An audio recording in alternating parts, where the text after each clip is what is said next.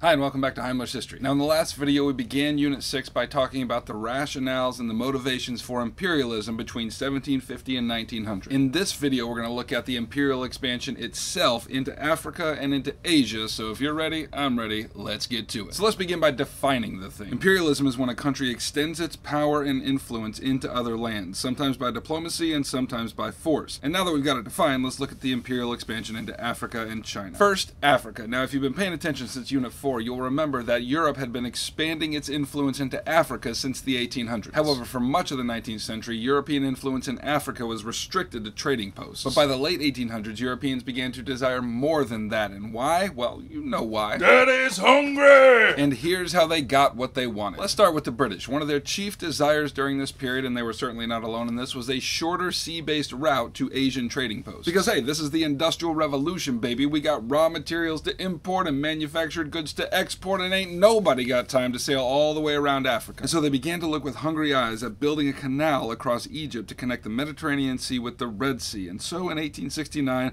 the Suez Canal was completed and that dream became a reality. But by 1882, because of unrest in the region, Britain got a little twitchy about its interests in the canal and went ahead and seized control of it from the Ottomans. Now on the other side of Africa, Britain already had some colonies, but they desired more. In those existing colonies, Britain had entered into diplomatic agreements with the African leaders that were in general favorable to both sides. But when the imperialistic fervor for Africa began to heat up, the British tossed those agreements out the window and began taking over by force. And they did this because Africans were being so rude as to resist their imperial influence. And by these means they established colonial holdings in Sierra Leone, Gambia, Lagos, and the Gold Coast. And the French operated similarly in West Africa. France ousted the Ottomans from Algeria in 1830 and they established there a settler colony. Now remember, a settler colony is one in which people from the imperial country actually relocate to that place in order to live there. And so as a result of that, you have a huge influx of French and Spanish and Italian immigrants coming to live in Algeria. Now, so far I've just been hinting at it, but now let's bring the whole of the imperialistic fervor for Africa into the light. It became known as the Scramble for Africa. So as more and more lands were claimed by European powers in Africa, competition for said claiming began to heat up, and because the Europeans began fighting over Africa like children fighting over a toy in a sandbox, some people were wise enough to see that all this land grabbing was going to cause a war. And one such person was Otto von Bismarck of Germany.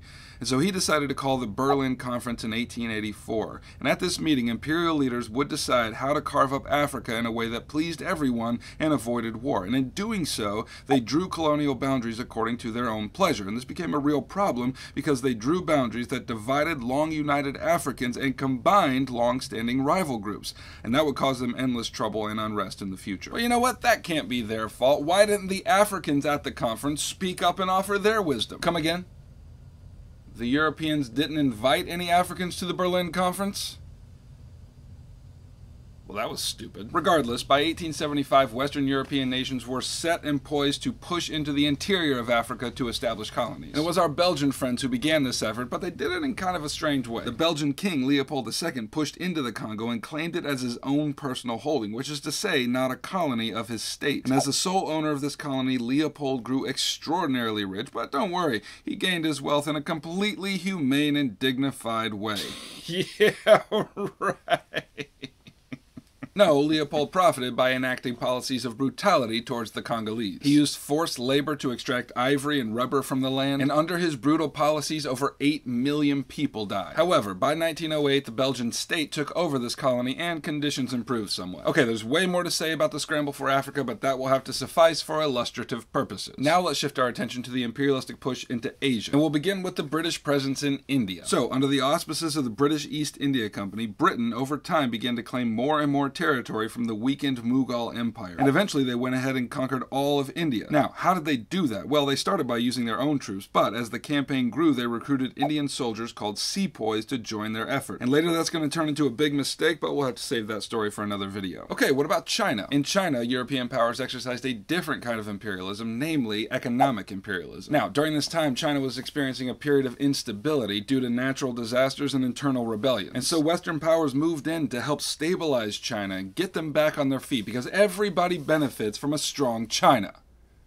not. No, the Western powers were like sharks that smell blood in the water and then pounces on a weakened China in order to chew its face off. They flexed their military might and demanded trading rights with China, and China had little choice but to agree. And so the result of this endeavor was that Western powers carved up China into what's called spheres of influence. The Qing dynasty remained in power, but these Western powers had exclusive trading rights in their own sphere. And since we're in Asia, let's talk about Japan. Japan was not in fact colonized during this time, but became a colonizer. As you may remember, they modernized their military during a period of reform called the Meiji Restoration, and once they became powerful, they started looking around for other peoples that they could crush like grapes between their powerful thighs. And chief among their desires was colonial holdings rich in raw materials. And so Japan's imperial expansion eventually included Korea, holdings in Southeast Asia, and some Pacific islands and parts of China. But Japan wasn't the only power to expand into Southeast Asia. The Dutch got on that too. The Dutch East India Company established dominance in some of these places, but due to corruption in the company itself, they eventually failed. And so once that failure was complete, the Dutch government stepped in and took all of those colonial holdings for themselves. Alright, how about Australia and New Zealand? Well, the British colonized both. Australia was established as a penal colony, which is to say that that's where Britain sent all of its convicts. They sent their first convicts there in 1788 in a few contained locations, but by the 1820s, the British had conquered the whole dang continent. But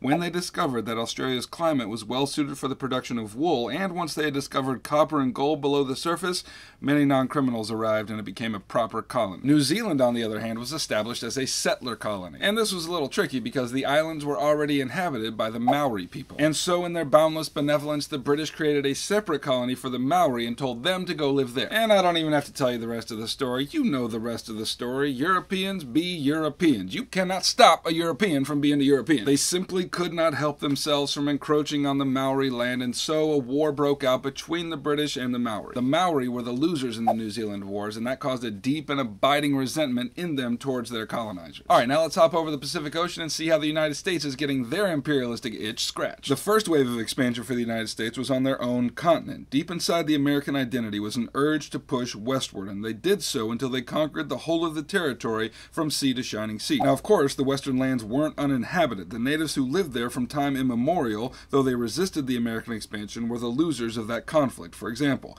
in 1830, the American Congress passed the Indian Removal Act, which led to the systematic removal of American Indians from the east onto reservations in the Midwest.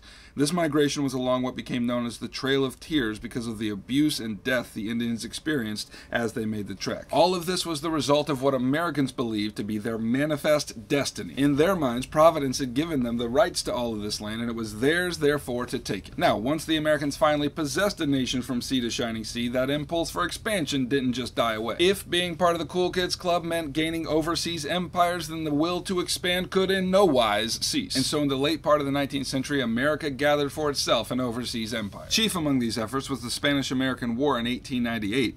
The Americans declared war on Spain with some trumped-up charges, went to war, and ended up winning a lot of territory, including the Philippines, Guam, Puerto Rico, and Cuba. And not to miss out on all this fun, Russia jumped into the imperialistic expansion game as well. Catherine II expanded the Russian Empire thusly. She won half of Poland from the Ottomans, and later Alexander I annexed Azerbaijan, Georgia, Moldova, Finland, and part of Armenia. And even later, Russia acquired a large portion of Manchuria from China. Alright, that's what you need to know about Unit 6, Topic 2 of AP World History. If you found this helpful, then subscribe and I'll keep making videos for you. If you need help getting an A in your class and a 5 on your exam, then check out my review packet. It's got everything you need to succeed in this class, including more videos from me that are not here on YouTube. And so if that's something you're interested in, then get your clicky finger out and click right here. Heimler out.